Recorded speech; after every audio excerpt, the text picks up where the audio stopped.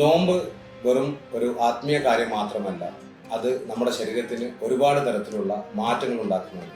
നമസ്കാരം, ഞാൻ ഡോക്ടർ മെൽബിൻ. എന്തൊക്കെയാണ് നോമ്പ് കൊണ്ട് നമ്മുടെ ശരീരത്തിന് ഉണ്ടാക്കുന്ന മാറ്റങ്ങൾ എന്ന് നമുക്കൊന്ന് പരിശോധിക്കാം. ഒന്നാമത്തത്, നമ്മുടെ ശരീരത്തിൽ ഒരു മെറ്റബോളിക് റീസെറ്റ് അല്ലെങ്കിൽ ഒരു ഡീടോക്സ് നമ്മുടെ ശരീരത്തിനുണ്ടാവും. നമ്മൾ 10-12 മണിക്കൂറോളം ഉപവസിക്കുമ്പോൾ നമ്മുടെ ശരീരത്തിന് ഓട്ടോമാറ്റിക് ആയിട്ട് ഒരു മെറ്റബോളിക് റീസെറ്റ് സൃഷ്ടിക്കപ്പെടും.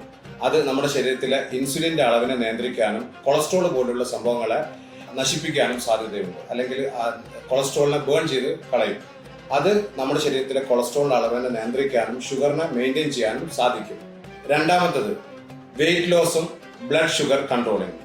12 മണിക്കൂറോളം ഉപവസിക്കുമ്പോൾ സ്വാഭാവികമായിട്ടും നമ്മുടെ ശരീരത്തിലുള്ള ഗ്ലൂക്കോസിന്റെ അളവുകൾ നിയന്ത്രിക്കപ്പെടാനും ബോഡി ഭാരങ്ങൾ അല്ലെങ്കിൽ ബോഡി വെയിറ്റ് നിയന്ത്രിക്കപ്പെടാനും സാധിക്കും. മൂന്നാമത്തത്, ഡൈജസ്റ്റീവ് ഹെൽത്ത്. ഈ ഉപവാസത്തിലൂടെ നമുക്ക് പലർക്കും ഉണ്ടാകുന്ന അസിഡിറ്റി പോലുള്ള അല്ലെങ്കിൽ ഗ്യാസ്ട്രിക് ഇറിറ്റേഷൻ പോലുള്ള രോഗങ്ങളിൽ വ്യത്യാസം ഉണ്ടാക്കും.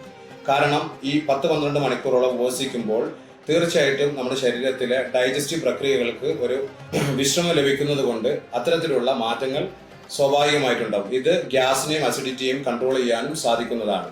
നാലാമത്തത്, മെന്റൽ ആൻഡ് ഇമോഷണൽ ഹെൽത്ത്. നമ്മൾ ഉപവാസം എടുക്കുന്നതിലൂടെ ആത്മീയമായിട്ടും മാനസികമായിട്ടുള്ള ഒരു ഉന്മേഷവും ഒരു വ്യത്യാസവും നമ്മുടെ ശരീരത്തിൽ ഉണ്ടാക്കും. നോമ്പ് അതുകൊണ്ട് തന്നെ വെറും ആത്മീയമായിട്ട് നാം ചിന്തിക്കാതെ ഏവർക്കും നോമ്പെടുക്കാൻ പറ്റുന്നതാണെന്നും അതിലൂടെ നമ്മുടെ എല്ലാവരുടെ ശരീരത്തിനും മാറ്റങ്ങൾ സൃഷ്ടിക്കുമെന്ന് പറഞ്ഞു നിർത്തുന്നു. നന്ദി, നമസ്കാരം.